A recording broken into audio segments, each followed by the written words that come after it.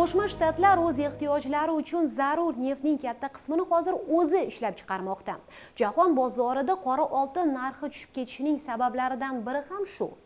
Neft qazib chiqarishning fracking uslubi AQShda katta bir sanoatga aylanmoqda. Biroq yonilg'i bahosi pasayib ketishi oqibatida kompaniyalar zarar ko'ryapti. Illinois daryosi atrofidagi hududlarda shunday bir mineral borki, mahalliy aholi uni oq oltin deb ataydi. Ko'pgina sanoatlarda ishlatiladigan tabiiy boylik bu. Silica sand is in so many things that Kvarts qumi har kungi hayotda shunchalik ko'p uchraydiki, bu haqda hatto o'ylamaymiz ham. Qurilish, bo'yoq, keramika biz har kuni qo'llaydigan narsalarda. Kvarts qumi neftni fracking yo'li bilan qazib olishda ham qo'l keladi. Shuning uchun yaqingacha unga talab katta edi. And it's been a hot commodity, and we have the best yarn sand in the world. Amerikada bu qum yuqori sifatli bo'lgani uchun hatto Saudiya Arabistoni ham bizdan sotib oladi. Vaholanki o'zlarida ham bor, lekin biznikini ma'qul ko'rishadi. Gap sifatda.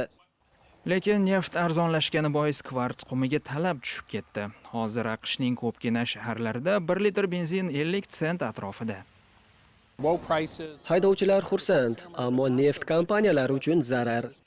Tahlilchi Phil Flynnning tushuntirishicha, neft arzon-u uni gidravlik uslubda qazib olish qimmat, o'zini qoplamaydi. Kompaniyalar yangi konlarni o'zlashtirishdan manfaatdor emas.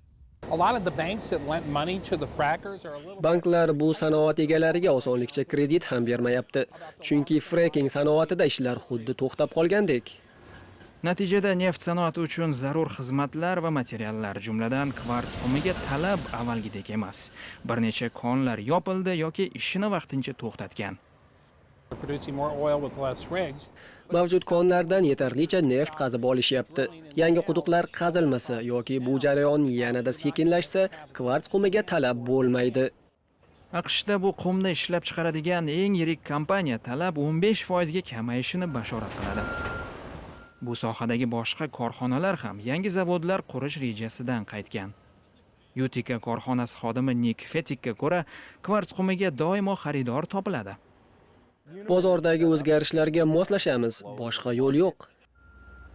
Suhbatdoshga ko'ra, fracking uslubida neft qazish yana jonlanishiga umid bor. Kompaniyalar ishchilarini bo'shatishga shoshmayapti. Neft narxi ko'tarilsa bo'lgani. Illinoisdan Keyn Farabo, Washingtondan Shohruh Hamro. Amerika ovozi xolis, tezkor va ishonchli axborot manbai.